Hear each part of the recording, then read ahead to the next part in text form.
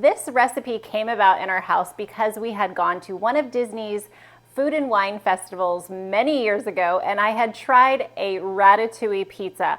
I fell in love with it, but I couldn't figure out how to make it.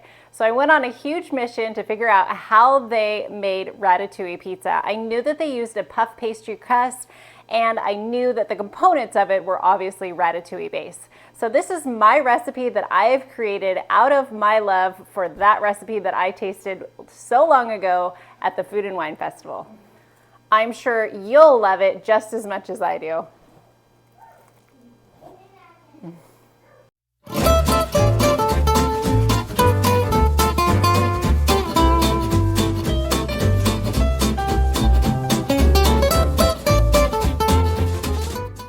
So you're going to need 2 puff pastries, and so that should be 1 box, and it comes with 2 puff pastries. So I'm just going to let these sit out until they're about room temperature, and then you're just going to roll them out until they kind of almost double in size.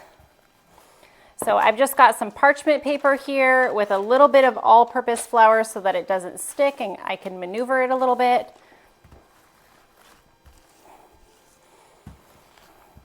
You'd be surprised how much you can stretch this dough. So don't be afraid to overstretch it.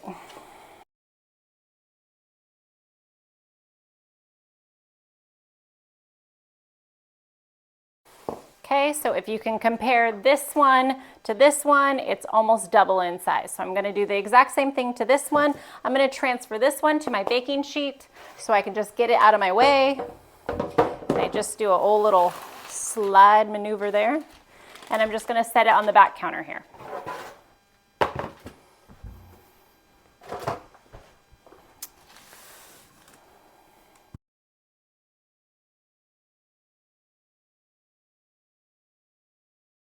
All right, so that one's done. All right, so let's go over ingredients. You're going to need 1 eggplant, 1 zucchini, 1 yellow squash, 1 red pepper, a quarter of a white onion or red onion. I prefer red onion, but I didn't have one this time.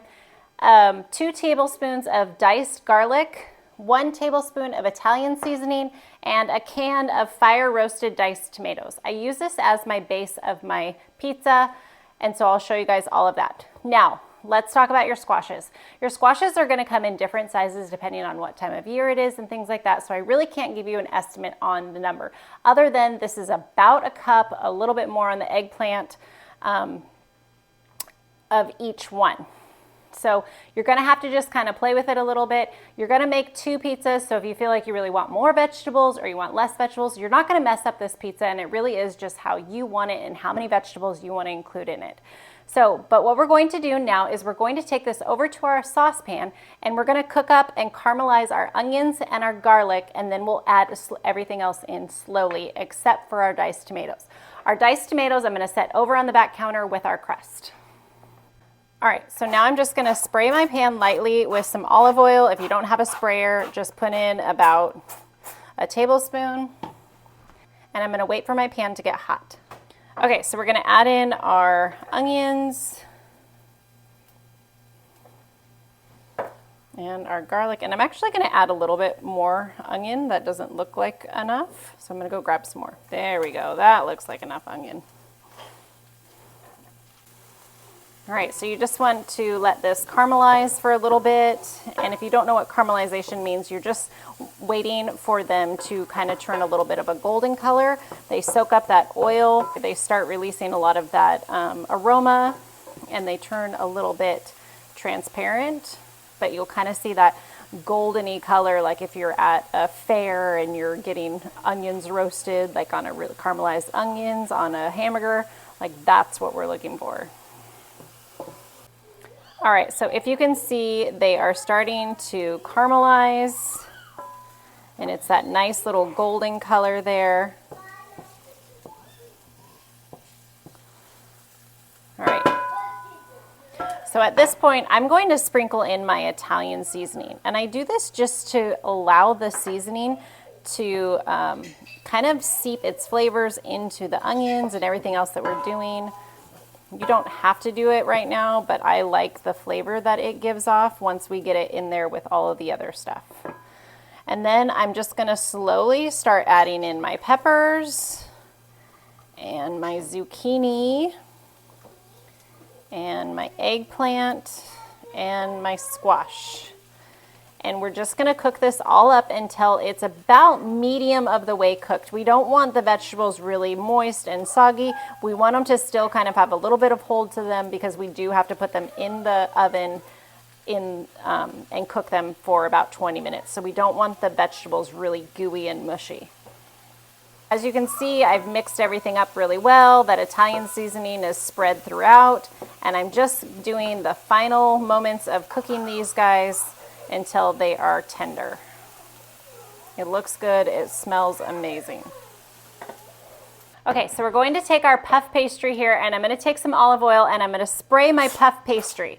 This is kind of like what you would do with your egg wash for your breads and things like that, but the olive oil gives it that little golden crusty look, and it tastes really good on the bottom of our pizza. Next, I'm gonna take about half my can of my fire roasted diced tomatoes. I really like the flavor that these give off. If you don't have these, just use regular diced tomatoes, or if you don't have that, just use olive oil and a tomato. But if you can find these are awesome.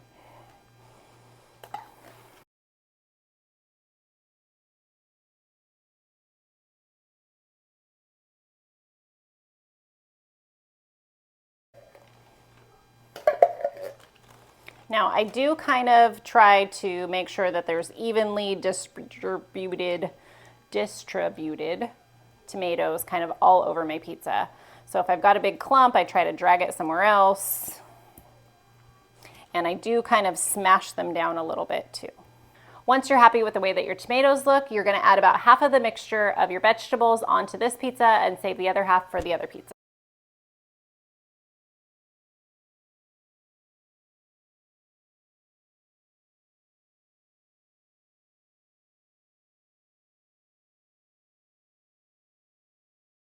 Okay, and then you're just gonna kind of evenly distribute it all out.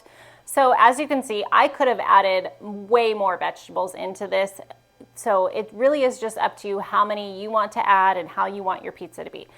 So now we're gonna take this and put it in our oven that we've already preheated to 400 degrees and bake it for about 20-25 minutes. You want the puff pastry to be kind of golden brown on the edges and obviously puffed up.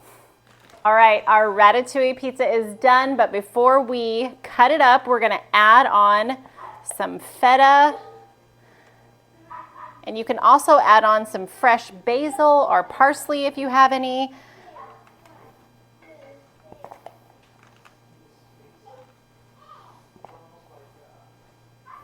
I think I'm gonna have just enough to complete both of these pizzas here. I cannot wait to take a bite of this. It smells so good, and it's just a really fun way to have ratatouille. So if you haven't ever had ratatouille, go ahead and try this ratatouille pizza first, and I'm sure you'll love it.